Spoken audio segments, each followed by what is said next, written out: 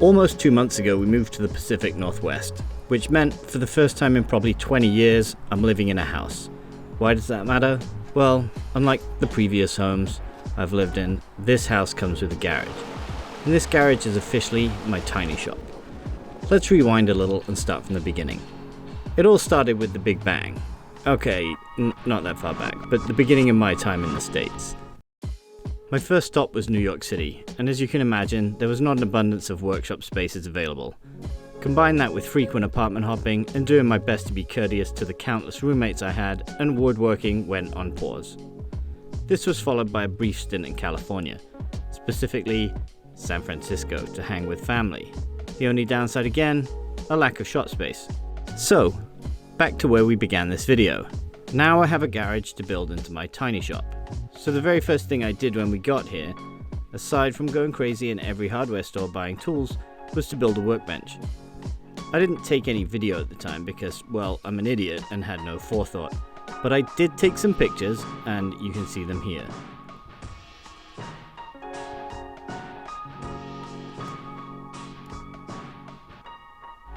Having already built 2 projects in the workshop, which I'll show you later, I realize my main priority now is to organize a small space that I have.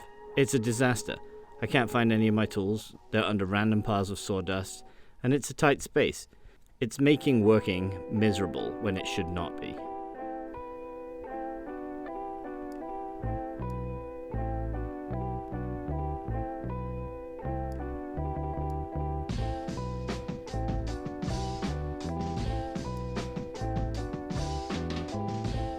I'm only renting this house, so my ability to improve the garage space has some limitations. Firstly, there's only one power socket in the garage, so I use some extension cords from other parts of the basement. Next, I'm 6'1", but the ceiling is 6'5", and some things hang down from the ceiling, giving me very little headroom.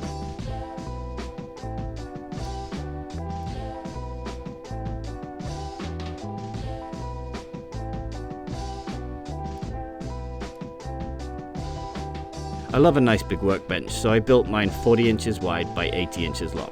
In order to organize the limited space most efficiently, the best idea would be some plywood French cleat walls over the top of the existing cladding.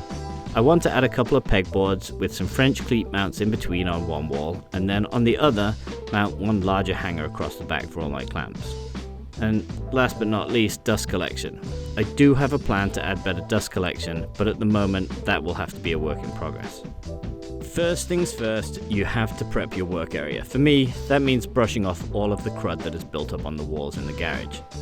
I think I share this space with approximately 10,000 spiders given how many cobwebs I brushed off the walls. Next, I take some measurements of where the studs are and transfer those measurements to the plywood sheets that I will be mounting on the walls.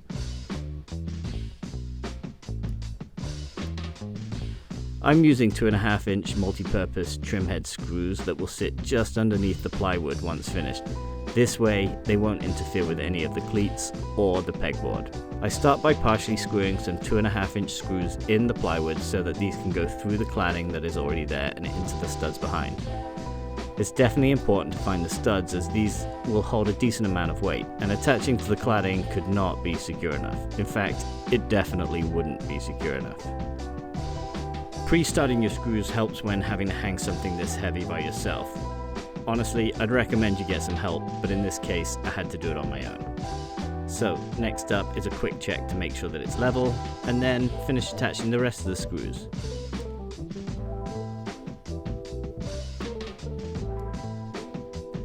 I pre-drilled and then countersunk some screws into a scrap piece of plywood.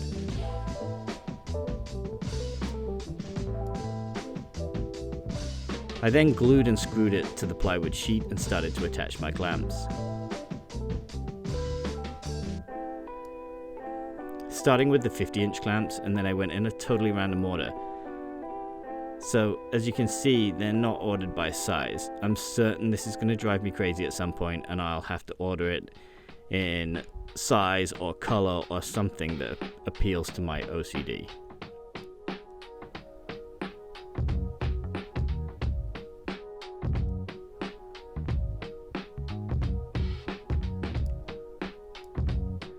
Now onto the second wall. So, just like the first one, measure where the studs are, and transfer those markings to the plywood sheet. Just like the last board, pre-start some of the screws. The same 2.5-inch screws as before that will go through the cladding and into the studs behind them. At this point of the project, I was really regretting not having anybody help me. These boards felt like they weighed 3 times as much as they did when I started.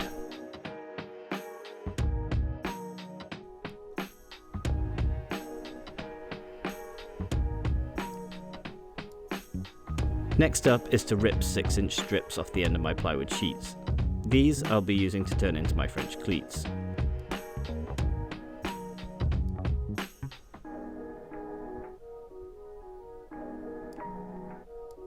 After trimming several 6-inch rips, I then set the track saw to 45 degrees and start ripping those 6-inch strips down the middle to provide me with my French cleats.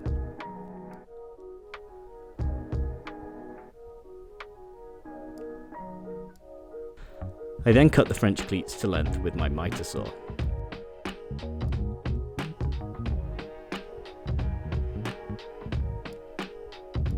I glue a couple of pieces of plywood together using my silicone glue brush. This is incredibly satisfying, especially when the glue cures and I get to peel it all off in one big chunk.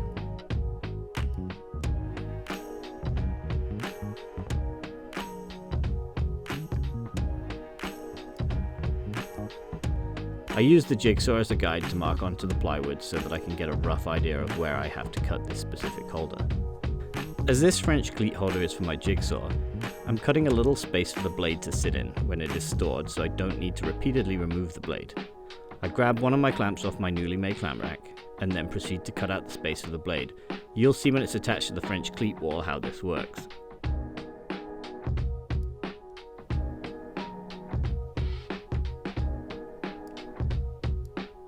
Even though it may look like it, my fingers are nowhere near the blade of the jigsaw. I'm using my hand on the edge to keep the jigsaw straight as a reference to the edge of the board I'm cutting.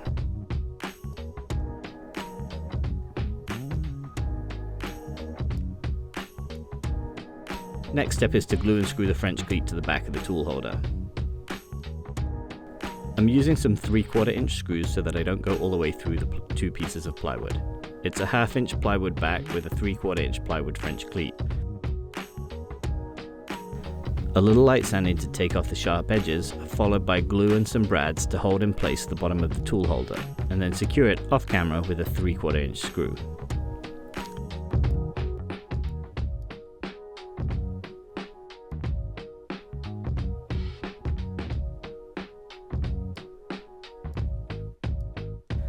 Now it's time to start putting my tools onto the French cleat wall. As you can see, the jigsaw sits nicely on its holder with its blade still attached. I made a holder for my biscuit jointer, my cordless track saw, the domino, impact driver, and drill driver.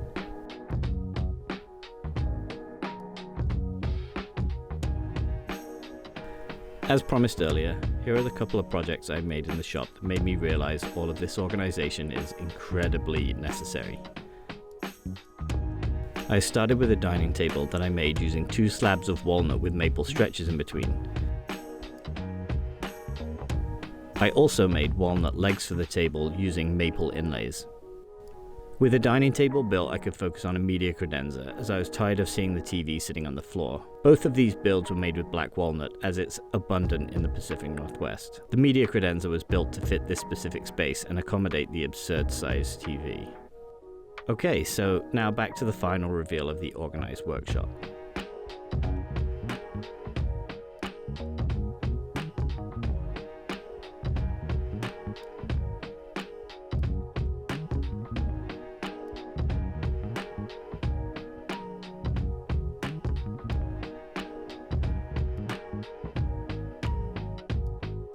As you can see, no more sawdust and random tools hidden inside the workbench with everything easy to find. With easy access to my PPE, and hopefully easier access to all of my tools, that's a wrap on this episode. Stay tuned to see some of the upcoming builds. Next episode, I'll be attempting to build my first daybed for some visiting family members. Thanks. Peace.